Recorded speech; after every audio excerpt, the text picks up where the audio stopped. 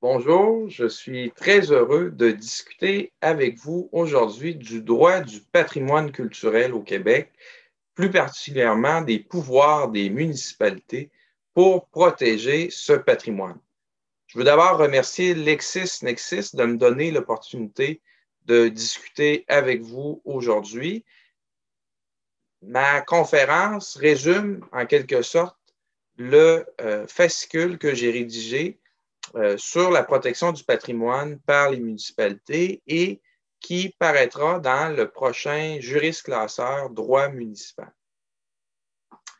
Donc, le droit du patrimoine, qu'est-ce que c'est? Il faut savoir que depuis 1922, le Québec dispose d'une loi pour protéger son patrimoine. Mais même si le patrimoine peut être juridiquement protégé depuis maintenant près de 100 ans, il n'en demeure pas moins que c'est un domaine qui est peu exploré par la doctrine. Et donc, les informations juridiques disponibles au sujet du droit du patrimoine culturel sont très peu nombreuses, même parfois inexistantes. Pourtant, on parle de plus en plus du patrimoine. En novembre 2018, à Chambly, la maison Boileau a été démolie. Cette maison, c'était celle d'un patriote, c'était une maison de 200 ans et sa démolition a entraîné une véritable prise de conscience sur la fragilité du patrimoine québécois. Et de plus en plus, on s'est interrogé sur les outils juridiques qui permettent de protéger le patrimoine, plus particulièrement sur les pouvoirs des municipalités en ce domaine. En juin 2020, le vérificateur général du Québec a déposé un rapport d'audit de performance au sujet de la protection du patrimoine culturel immobilier et ce rapport fait état de lacunes importantes quant à la protection du patrimoine au Québec. Donc, dans ce contexte où on réfléchit de plus en plus au patrimoine, je trouvais intéressant d'apporter un éclairage juridique et de dresser un portrait des pouvoirs des municipalités dans la protection de ce patrimoine et plus particulièrement sur le patrimoine culturel immobilier. Quand on parle de protection du patrimoine, l'élément important à retenir, c'est que c'est la loi sur le patrimoine culturel qui permet de protéger le patrimoine. La loi sur le patrimoine culturel, elle est entrée en vigueur en 2012 en remplacement de la loi sur les biens culturels qui elle-même était entrée en vigueur en 1972. La loi sur le patrimoine culturel confère d'abord des pouvoirs au ministre de la Culture et des Communications.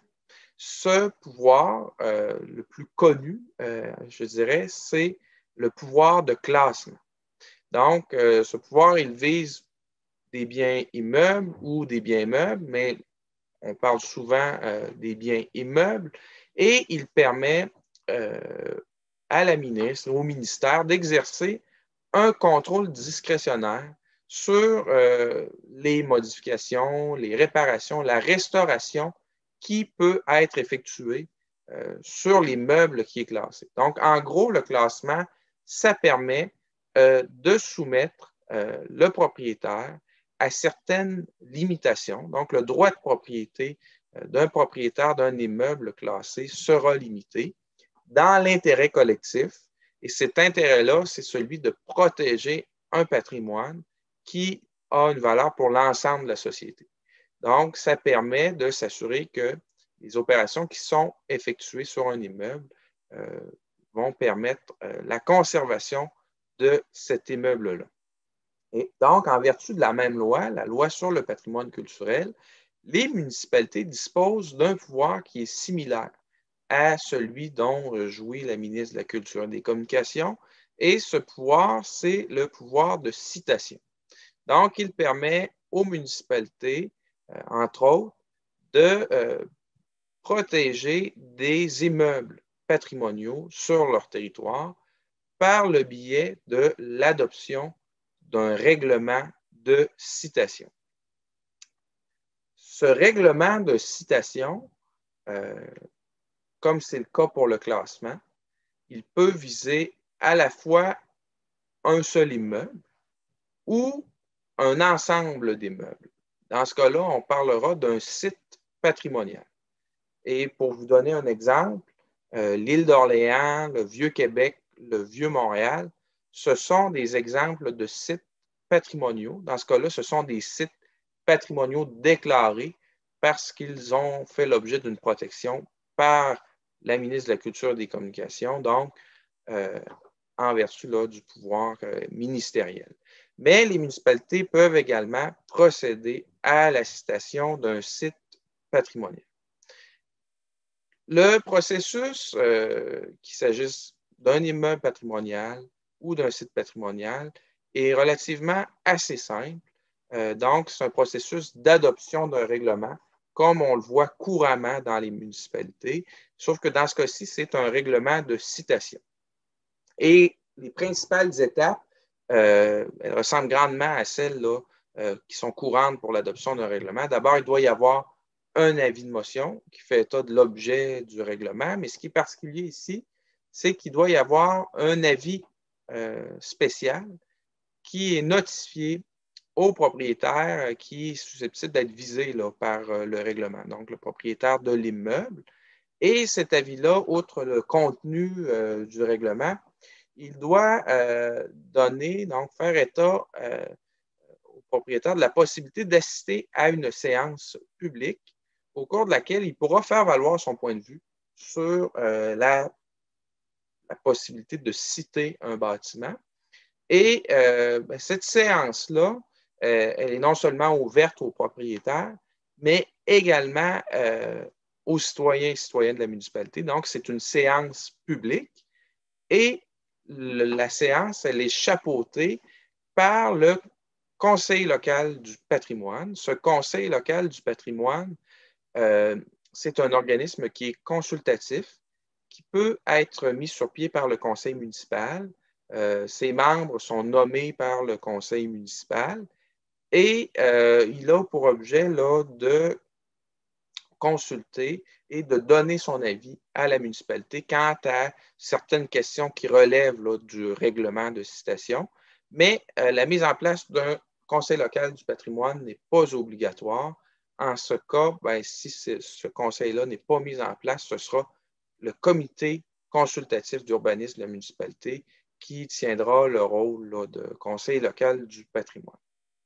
Et donc, lorsque cette séance publique a été tenue, la municipalité pourra procéder à l'adoption du règlement. Et ce qui est intéressant de noter, c'est qu'un règlement de citation a une portée rétroactive, c'est-à-dire que lorsque le règlement est effectivement adopté, il entre en vigueur au moment de la notification de l'avis spécial au propriétaire. Donc, c'est pour cette raison-là qu'on parle d'une portée rétroactive. Et cette portée-là, ce qu'elle permet, c'est de s'assurer que pendant le processus de citation, les dispositions de la loi sur le patrimoine culturel puissent quand même s'appliquer et que finalement, la valeur patrimoniale de l'immeuble puisse être préservée, que ultimement, l'immeuble ne soit pas démoli afin de contrecarrer finalement l'intention de la municipalité de protéger ce bien-là, même si le règlement n'est pas tout de suite adopté. Et ce qui est important de noter aussi, c'est que les municipalités jouissent quand même d'une discrétion importante. Donc, elles peuvent faire le choix d'adopter un règlement et elles peuvent faire le choix de l'abroger aussi à un moment donné en suivant le même processus ou à peu près que celui qui est prévu pour l'adoption du règlement. Et dans ce cas-là, ben, il n'existe pas de contrôle, par exemple, du ministère de la Culture et des Communications, ce qui fait qu'une municipalité jouit d'une latitude assez importante pour adopter ou abroger un règlement de citation. Quels sont les effets du règlement de citation? On en parlait tout à l'heure. Il y a d'abord un contrôle discrétionnaire qui peut être conféré au conseil municipal. Ce contrôle discrétionnaire, il permet, par exemple, de s'assurer que tout ce qui est altération, réparation, restauration de l'immeuble soit fait conformément aux règles de l'art, c'est-à-dire que, par exemple, si un propriétaire souhaite effectuer un changement de fenêtre, un changement de revêtement extérieur, bien, il y aura un contrôle du conseil municipal pour s'assurer que ce changement-là permette de préserver la valeur patrimoniale du bâtiment. Donc, c'est le premier élément quant aux effets du règlement. Et le second, qui, je pense, est très, très important parce qu'il est relativement peu connu, mais qui a quand même des impacts assez grands, c'est celui pour le propriétaire de prendre les moyens nécessaires pour assurer la préservation de la valeur patrimoniale de son bien. Donc, la loi crée pour le propriétaire d'un bien cité une obligation de prendre des moyens pour s'assurer que l'immeuble soit entretenu, que l'immeuble puisse encore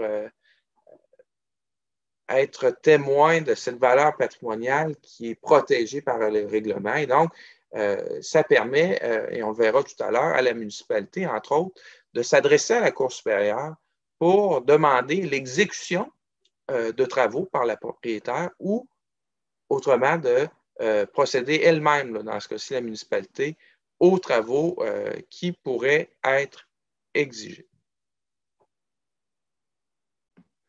Lorsque le règlement vise un site patrimonial, le contrôle conféré au conseil municipal est beaucoup plus important que dans le cas d'un règlement qui vise uniquement un immeuble. En effet, lorsqu'on protège un site patrimonial, on le fait dans une perspective qui est plutôt urbanistique. Donc, on protège un ensemble et conséquemment, il y a des pouvoirs qui sont plus importants afin de permettre de protéger cet ensemble-là. Donc, ça permet au conseil notamment de contrôler l'affichage dans le site patrimonial.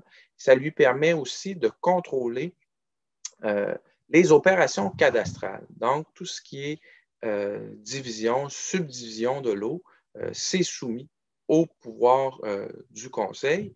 Et évidemment, que ce soit dans le cas d'un site patrimonial ou d'un immeuble, ben, le conseil dispose d'un pouvoir relatif au contrôle de la démolition et le conseil peut refuser une démolition là, pour un immeuble patrimonial. Et donc, c'est ce qui permet finalement de protéger le patrimoine en s'assurant que ne puisse pas y avoir la démolition d'un immeuble qui présente une valeur historique.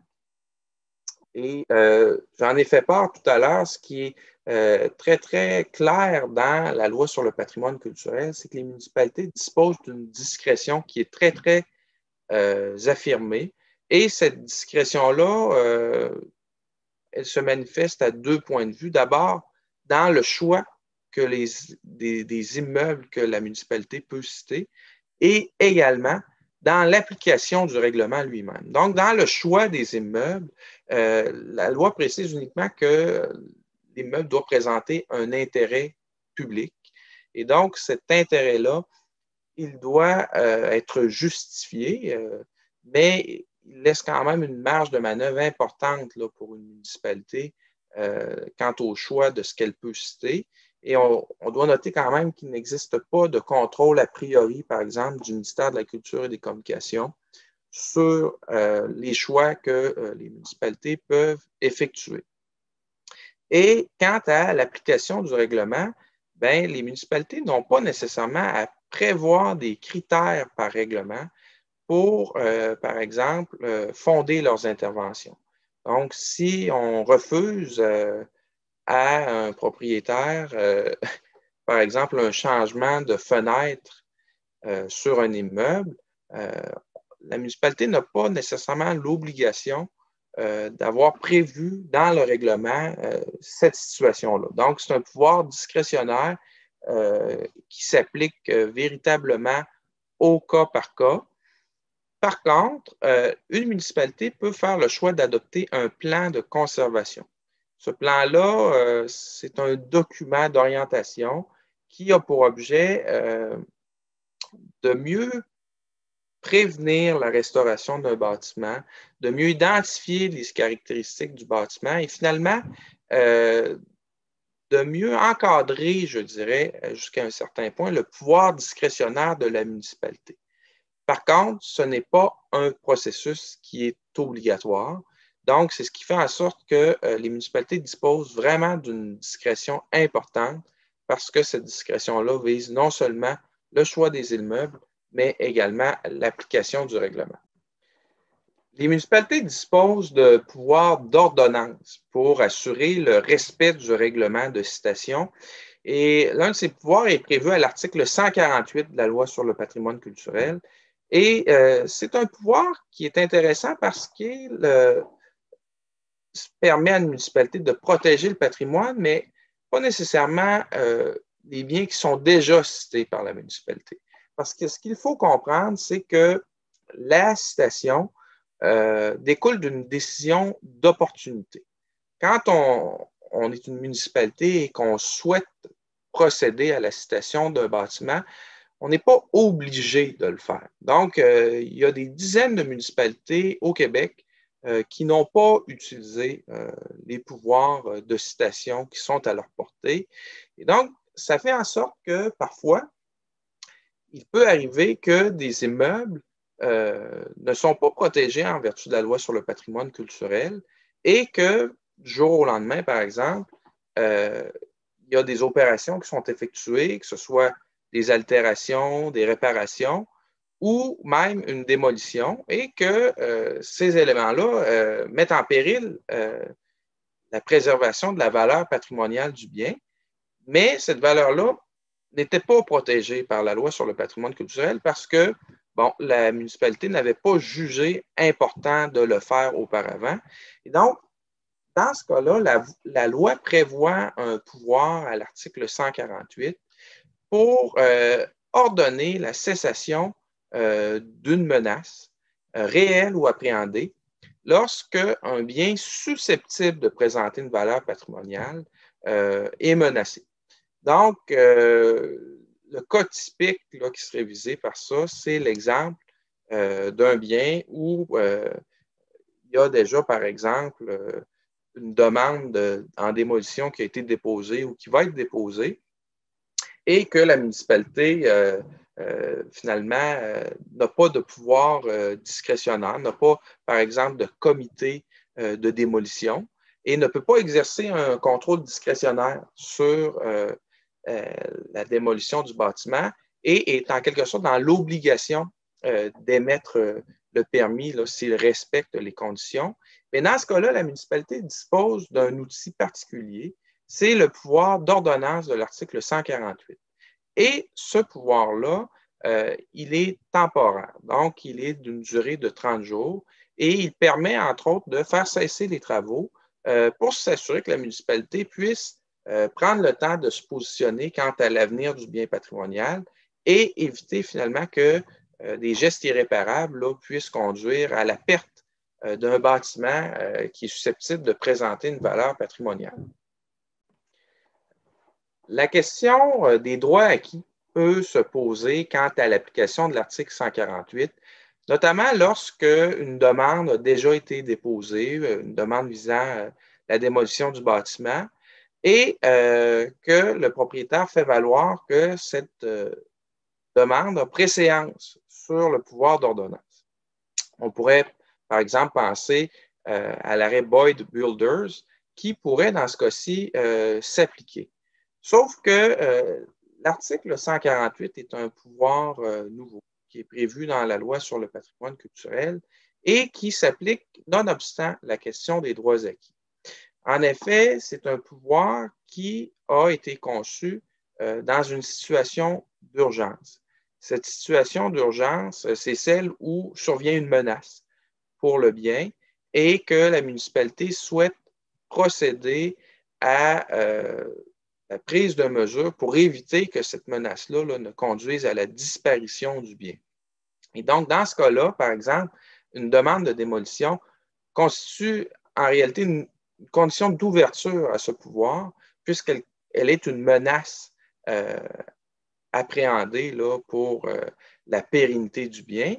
Et dans ce cas-là, le pouvoir de l'article 148 peut s'appliquer malgré l'arrêt Boyd Builders. Et ce qui est important de rappeler, c'est qu'en vertu du principe de souveraineté parlementaire, le Parlement du Québec peut modifier les règles de common law. Et donc, dans ce cas-ci, la loi sur le patrimoine culturel est entrée en vigueur après cet arrêt.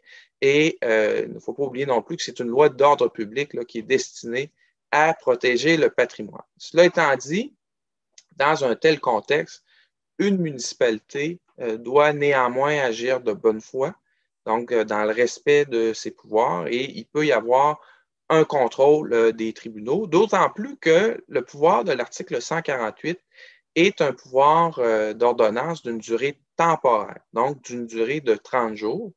Et si on souhaite rendre du côté de la municipalité cette ordonnance permanente, on doit s'adresser à la Cour supérieure. Donc, la loi prévoit que dans ce cas-ci, bien, ce sont les tribunaux qui trancheront à l'effet de donner un caractère permanent à l'ordonnance. Donc, l'ordonnance de la municipalité, par exemple, qui interdirait la démolition du bâtiment. Donc, ce qu'on comprend dans le cas de l'article 148, c'est que c'est un pouvoir qui s'applique malgré la question des droits acquis, mais qui est quand même soumis à un certain contrôle des tribunaux pour s'assurer que la municipalité exerce son pouvoir de bonne foi et qu'elle souhaite véritablement, par l'utilisation de ce pouvoir d'ordonnance, protéger un bien patrimonial et qu'elle ne l'utilise pas, ce pouvoir, à des fins autres que celles prévues par la loi. Les municipalités disposent également d'un pouvoir d'ordonnance en vertu de l'article 203. Cet article permet aux municipalités de s'adresser à la Cour supérieure pour obtenir une ordonnance afin, par exemple, d'ordonner la cessation de travaux ou l'exécution de travaux pour rendre conformes l'immeuble aux conditions qui ont pu être émises dans le pouvoir de contrôle des municipalités. Donc, je vous le mentionnais tout à l'heure, les municipalités disposent du pouvoir discrétionnaire d'imposer des conditions à un propriétaire qui souhaite effectuer des travaux sur son immeuble. Eh bien, si jamais ces conditions-là ne sont pas respectées, la municipalité dispose du pouvoir de s'adresser à la Cour supérieure pour s'assurer que les conditions soient effectivement respectées. Également, les municipalités disposent, en vertu de l'article 203, du pouvoir de s'adresser aux tribunaux pour s'assurer que le propriétaire prenne les moyens nécessaires pour assurer la préservation de la valeur patrimoniale du bâtiment. Cette obligation-là, c'est une obligation positive, donc, qui crée pour le propriétaire une obligation de préserver la valeur patrimoniale du bâtiment. On pourrait penser, par exemple, à une toiture qui fuit, donc un immeuble cité et le propriétaire n'entretient pas sa toiture. La toiture est en mauvais état, il commence à y avoir des infiltrations et les infiltrations mettent en péril finalement le bon état du bien et le maintien de sa valeur patrimoniale. Donc, dans ce cas-là, la municipalité pourrait s'assurer que l'immeuble sera conservé en s'adressant à la Cour supérieure pour forcer le propriétaire à exécuter les travaux. Et dans ce cas-ci, la Cour peut prévoir également un délai où si le propriétaire n'effectue pas les travaux, la municipalité pourra elle-même les effectuer. Et ce qui est intéressant, c'est qu'à l'article 203, c'est un pouvoir qui est d'abord réservé aux municipalités, mais qui est également ouvert aux personnes intéressées. Donc, ça permet aux gens qui peuvent démontrer leur intérêt devant la Cour d'intervenir pour assurer le respect des dispositions de la loi sur le patrimoine culturel. Les recours des municipalités, donc dans les pouvoirs d'ordonnance, ce sont des recours civils, mais une municipalité peut également intenter un recours pénal. Donc, elle peut faire le choix d'intenter un recours civil ou un recours pénal, mais elle peut également intenter un recours civil et un recours pénal parce qu'il n'y a pas d'autorité de la chose jugée entre les deux. Et dans le cas d'un recours pénal, bien, la loi prévoit des sanctions pénales qui sont tout de même assez importantes. Là. Dans le cas d'une personne physique, on parle d'une amende qui peut aller jusqu'à 190 000 $. Et dans le cas d'une personne morale, on parle d'une amende qui peut aller à 1 140 000 $. Ces amendes, elles peuvent être données lorsque les dispositions de la loi ne sont pas respectées, donc lorsqu'il y a commission d'une infraction. Et ces infractions, elles sont de plusieurs ordres, mais donc, on peut penser notamment à un non-respect des conditions qui peuvent être émises par le conseil municipal. Donc, lorsque ces conditions ne sont pas respectées par le propriétaire, ça constitue une infraction. On peut penser également au cas de l'article 136 qui prévoit pour le propriétaire une obligation de prendre les moyens nécessaires pour assurer la préservation de la valeur patrimoniale de son bien. Donc, si cette condition-là n'est pas respectée, et donc ça constitue une infraction. Et également, bien, tout ce qui est relatif à la démolition. Donc, s'il y a une décision de la municipalité qui est prise quant à l'interdiction ou au refus d'autoriser la démolition d'un bâtiment et que ce n'est pas respecté, bien, il peut y avoir une amende parce que dans ce cas-ci, ça constituera une infraction. Donc, les municipalités disposent quand même de recours assez importants. Là. On parle de recours civils, mais aussi des recours de nature pénale qui leur permettent véritablement de s'assurer que leur autorité, quant au contrôle discrétionnaire qui est effectué sur le bien, bien, que cette autorité-là, elle puisse être respectée et que finalement, le règlement de citation ait véritablement un effet qui permet là, de protéger le bâtiment du point de vue juridique. Même si la municipalité peut s'assurer du respect de la loi devant les tribunaux, elle peut également soutenir les propriétaires qui souhaitent restaurer un bâtiment ou l'entretenir. Et je pense que c'est un élément important à souligner parce que souvent, on associe le patrimoine à des contraintes, mais il existe également pour les municipalités qui le souhaitent des pouvoirs d'aide financière importants parce que malgré la loi sur l'interdiction des subventions municipales, les municipalités peuvent procéder à des subventions pour la protection, la connaissance, la mise en valeur du patrimoine sur leur territoire. Et donc, ça permet, par exemple, de mettre en place des programmes d'aide financière à la restauration et ça permet finalement d'offrir un soutien aux propriétaires qui restaurent des bâtiments et qui, par conséquent, contribuent à préserver là, un bien qui dispose d'une valeur importante pour la municipalité. Et ce qui est important de noter, c'est que les municipalités disposent également du pouvoir de procéder à l'acquisition d'un immeuble cité ou à l'acquisition de droits réels nécessaires pour, par exemple, dégager ou mettre en valeur un bien qui est déjà cité.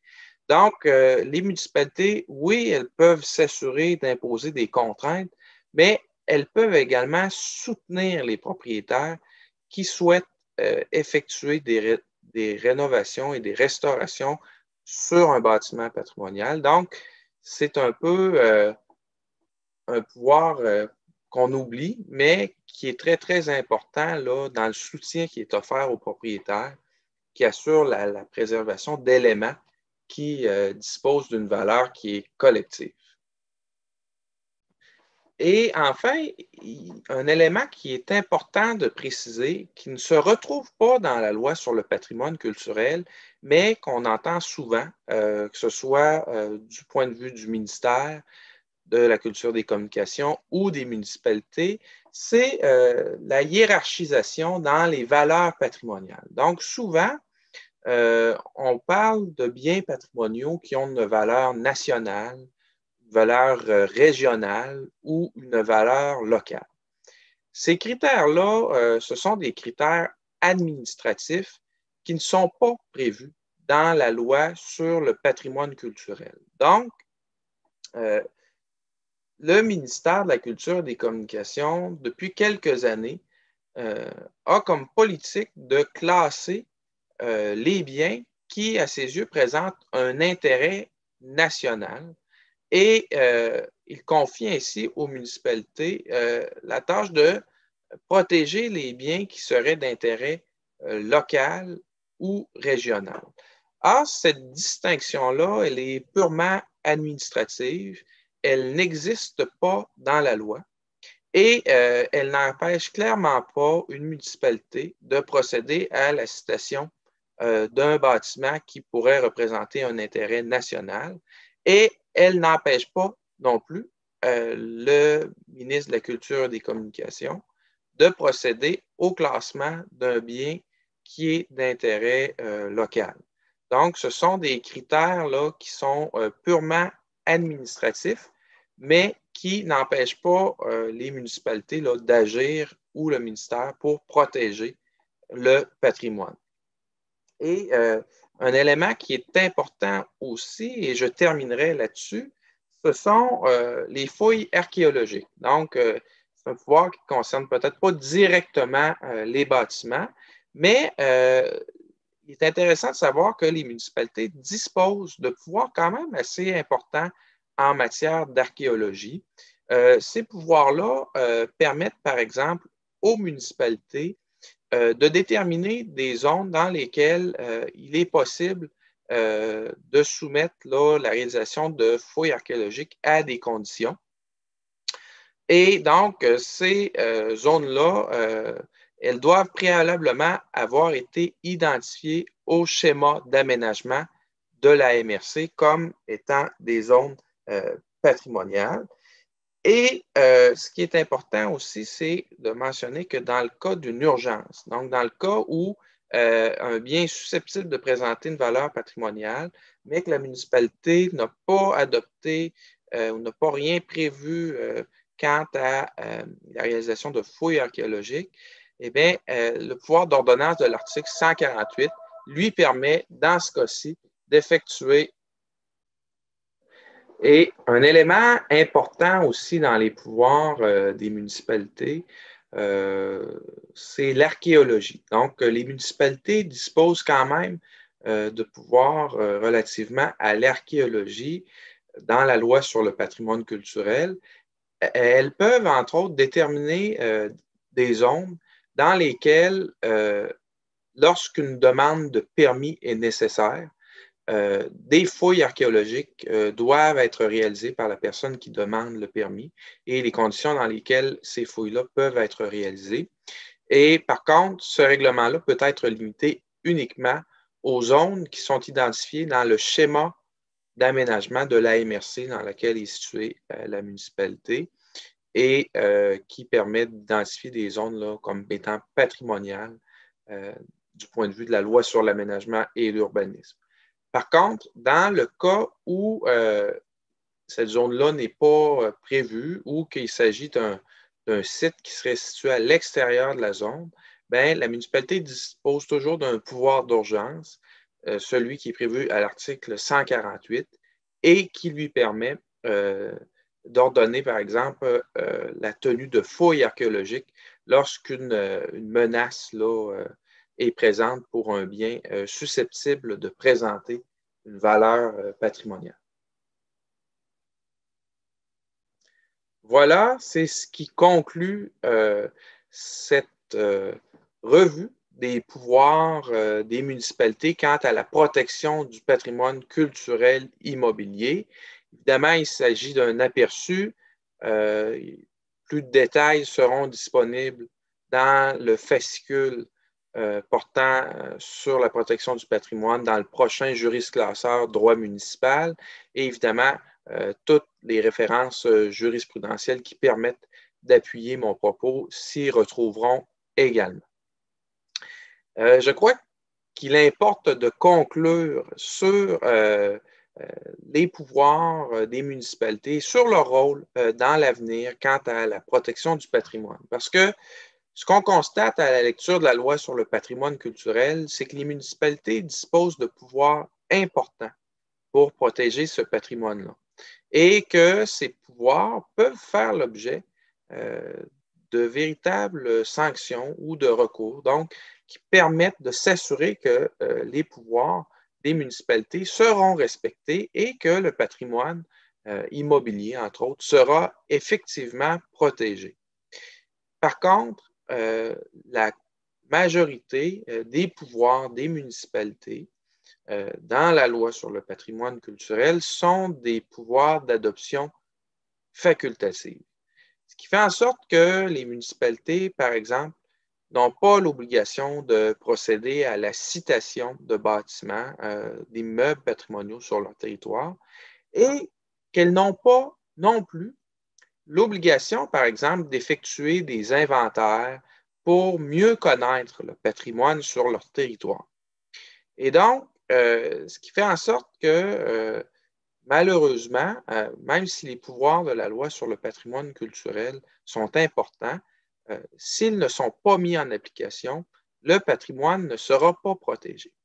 Et c'est peut-être là l'une des critiques importantes du rapport du vérificateur général déposé en juin 2020, qui indique que 70% des municipalités qu'il a interrogées estiment ne pas avoir les ressources nécessaires pour bien protéger le patrimoine. Donc, lorsqu'on constate que les municipalités n'ont pas l'obligation de protéger le patrimoine et qu'en grande majorité, elles indiquent ne pas avoir les compétences pour le faire, bien, on peut expliquer pourquoi le patrimoine est menacé dans certains cas. Et on constate également qu'il existe un certain vide juridique. Et dans ce contexte-là, je pense que des modifications législatives seraient appropriées, d'autant plus que dans sa réponse au rapport du vérificateur général, le ministère de la Culture et des Communications s'est dit ouvert à mettre en place de nouvelles dispositions pour forcer les municipalités qui ne souhaitent pas utiliser leur pouvoir de citation. Parce que vous savez que même si le patrimoine peut être géré par les municipalités, peut être protégé par les municipalités, eh bien, avant tout, c'est une question qui concerne l'ensemble des citoyens et des citoyennes du Québec. C'est pour cette raison-là qu'il doit y avoir des normes qui sont susceptibles de s'appliquer de manière obligatoire à l'ensemble des municipalités du Québec pour s'assurer que le patrimoine puisse être protégé dans l'intérêt collectif.